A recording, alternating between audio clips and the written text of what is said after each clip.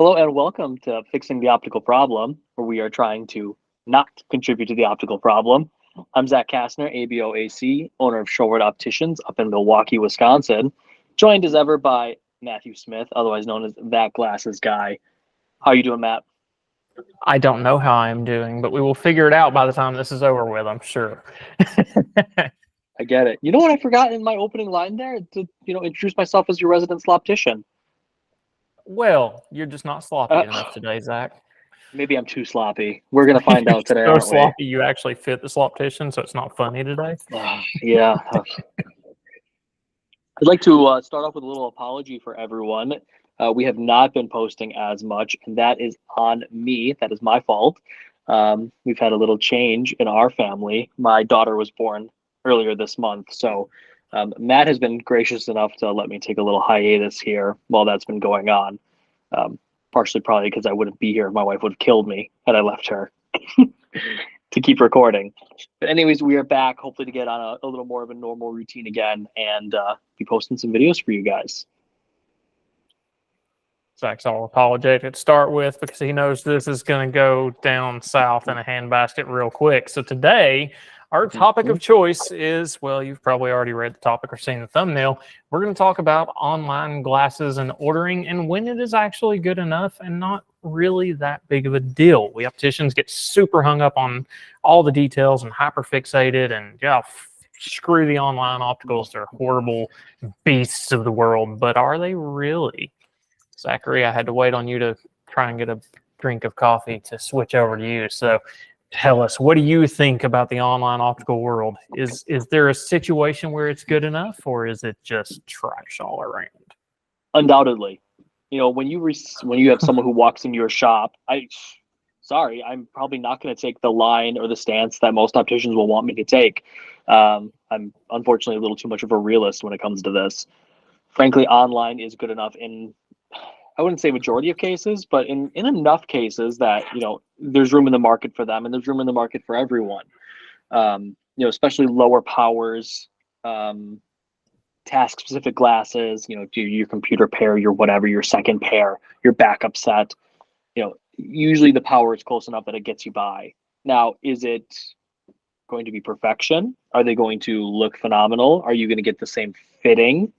Are you going to get that same knowledge where, working one-on-one with an optician to get you set up and do things properly? No, certainly not. But again, it's a time and a place, right? If you need just a cheap, inexpensive pair for your gardening glasses or something like that, by all means. Oh yeah, and I love when people get into the markup of it. They're like, "Oh, these online places are selling them for like $40." It's like, cool. Well, they paid like $3 to be able to do that. So you're being generous. Matt, I've walked the expo halls. I've seen what some of these factories will churn out frames for. I think, I mean, I probably shouldn't even comment, right? We don't want to give too much away here. Let's just say that the reason they're still around is they are making a tidy profit still. And probably their margins are better than Matt and I combined. Oh, significantly. Oh, God. I would kill for that kind of margin. Yeah, right. I mean, that's the market that they're in. So long story short, I would say, yes, there's absolutely room in the market for online. And in many cases, it is good enough. What do you mean long story short? Since when do we do that here? Since I'm only 1.5 cups of coffee deep. The question, though, always is it good enough for you as the client or whatnot? And the way that I kind of evaluate that, and Matt and I can kind of expound on that, is one, tolerances, right? Power, how are things set up in the lens? Is it actually done properly? Expectations, what is your expectation as the client for fit, for quality of vision, quality of frame, things like that. And then, frankly, just the quality of the product in general. So a couple different ways to evaluate it, whether or not it's done right or not. And I feel like everyone jumps straight to the, $6 Zenni glasses, right? Which is the cheapest of the cheap. But I was just playing around on a website, SportsRx. I had someone who wanted one of their frames call me up. They are not cheap. A single vision, polarized sunglass frame, the whole deal, after their add-ons, I think I got it up to like almost $400. So that's not really necessarily cheaper, right? I mean, depending obviously on what you're selling and a variety of factors there, but online is not only about being cheaper. There's definitely an argument for convenience.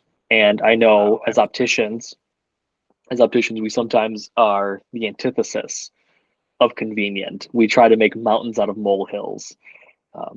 Maybe Matt doesn't have that same experience, but that's the way it feels to me. I make mountains out of mountains and volcanoes out of molehills. So, you know. You're so dramatic. I need a new co-host. I'm absolutely dramatic because you can't have one. You're stuck with me. This is your fault. You decided this, and we went with it. So you had other options at the time, but you picked me. So deal with it. But yeah, I mean, and a lot of things that are overlooked on this is it really is that personal touch, right? So it's not just the measurements. It's really how much goes into that after it's actually created. You just click some buttons and order a pair of glasses. Everything's automated from there out, for especially on these super cheap ones where it's high margin, low cost, big volume. You know, they automate as much of the step as they can.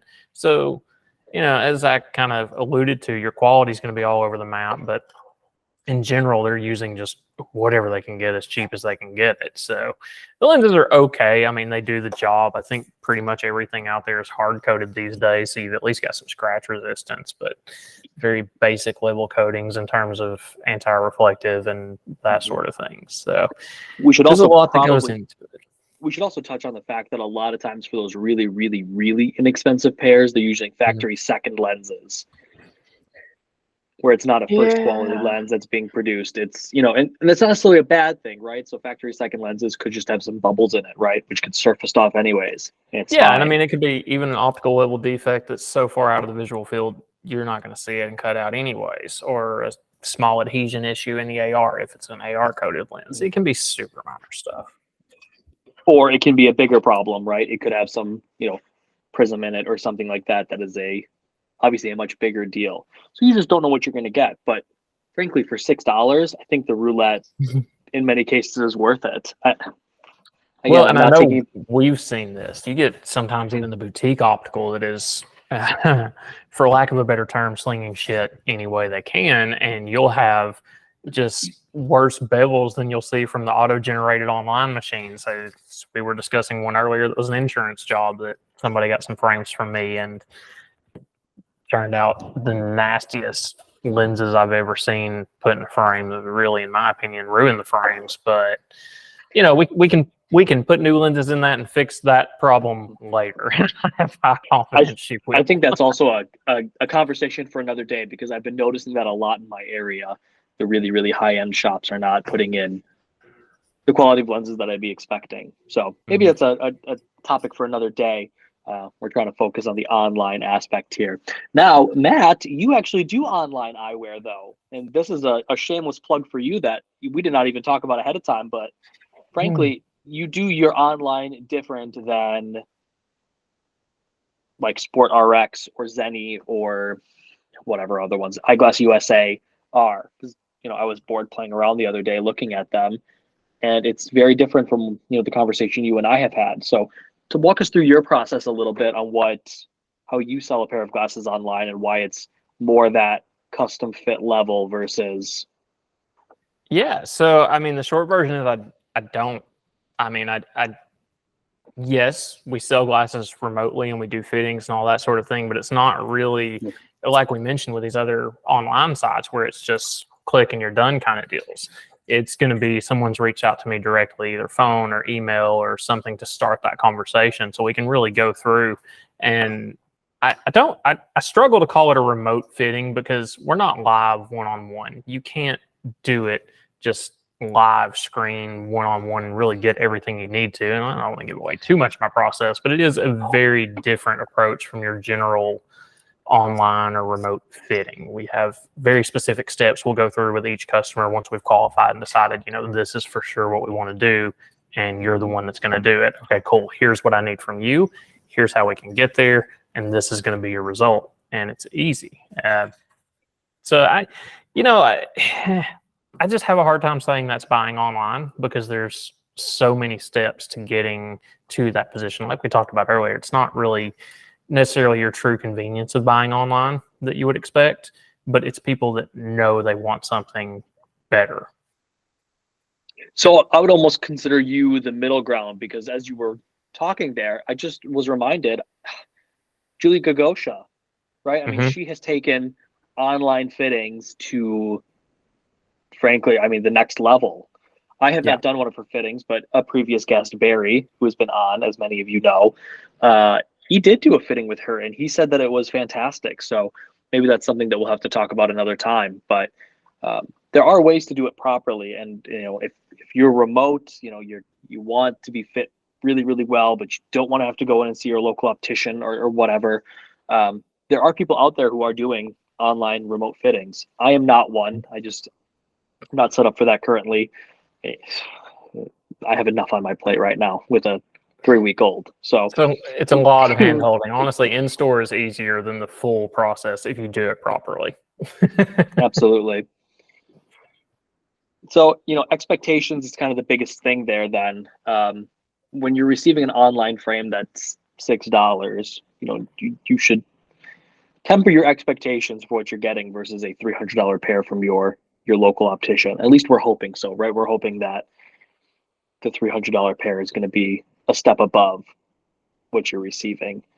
Matt's giving me the look like, well, maybe not, but it wasn't you. I had a technical difficulty there for a moment, so no worries.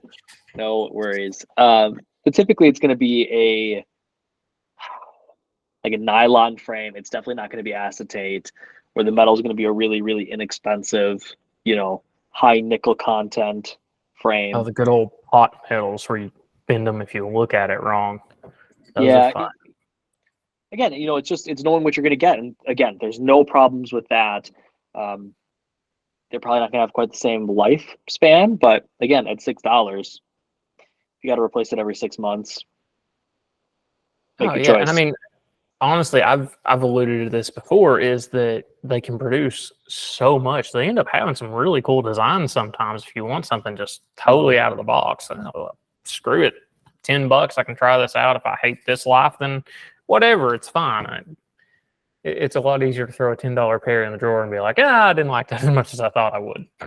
Absolutely. You good over there? Yeah, sorry, just something popped up here. Anyways, I'll stop being distracted now.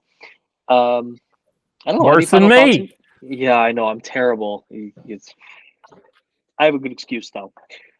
Any other things you want to touch on this? We can keep this one kind of short and sweet. And yeah, no, I feel like that's a really good coverage of what to look for online. We've talked about kind of the key points here is to focus on what you expect the result to be. If it's a backup pair, it's not that huge of a deal. If it's the pair you're going to leave at your freaking desk that you're going to put on just to look at the computer, who cares?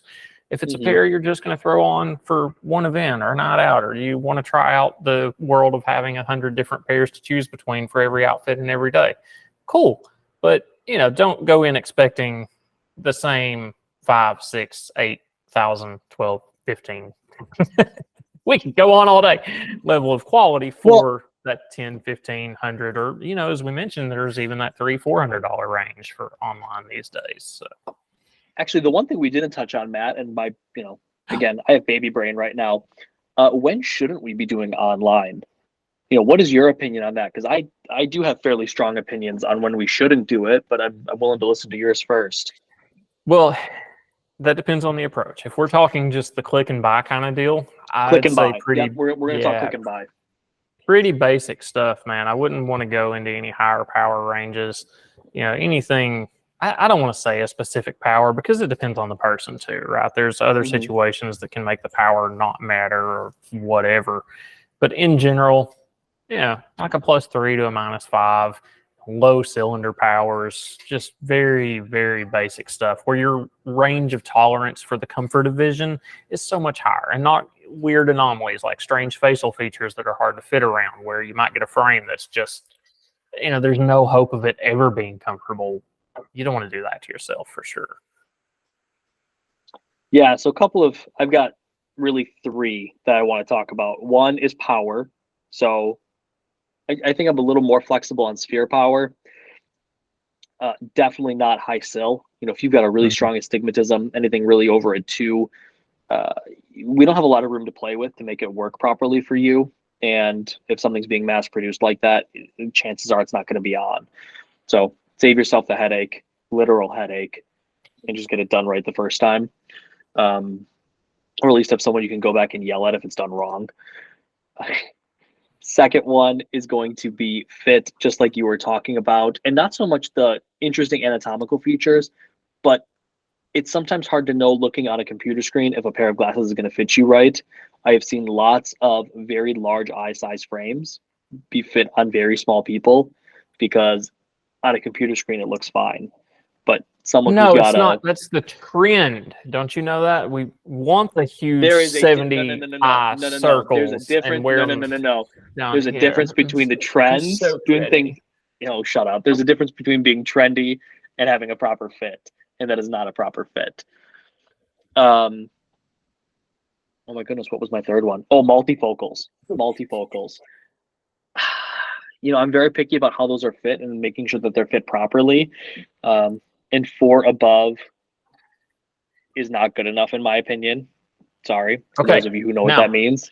I was going to say 4 above. A lot of people listening might not understand what that means, but essentially that is setting the progressive height just a few millimeters above the geometric center of the frame. And we've discussed this before. We'll get into it a whole other video, but there is kind of this rough calculation of how to put that into place that's going to be okay for some people or most people. It really depends, but yeah, that's my biggest thing. You know, multifocals come out wrong all the time, even by people doing it in person. If you don't have anyone doing it for you, there's almost no chance that it's going to be put in the right spot. So single vision is fine. I don't really want to make the argument for aligned bifocal, honestly. I would say single vision through online is just fine. I would not do anything else, personally. Any closing thoughts now that I've gotten my little rant out of the way? Yeah, no, I had my closing thoughts, and then we got into a whole other conversation, so I'm good. I can't help it. I can't help it. It's just the way I'm wired. All right. Well, thank you everyone for again joining us on Fixing the Optical Problem. We can find Matt, you know, either via That Glasses Guy on his website. Not Any to other be ways that we confused can? with the glasses guy, apparently. You want to talk about it quick? No, Or you'll let it go? Okay. I'll let it all go right. for now. He is That Glasses Guy, not The Glasses Guy. Just so we're all aware here. That Glasses Guy. And you can also talk to both of us via his Discord. I'm going to place the link in the description in the YouTube video, and then also on the podcast. You can find us on YouTube or pretty much anywhere you get podcasts. And if you want to get in contact with me, probably LinkedIn is your best bet. Thanks so much again, everyone, for joining us. Appreciate it.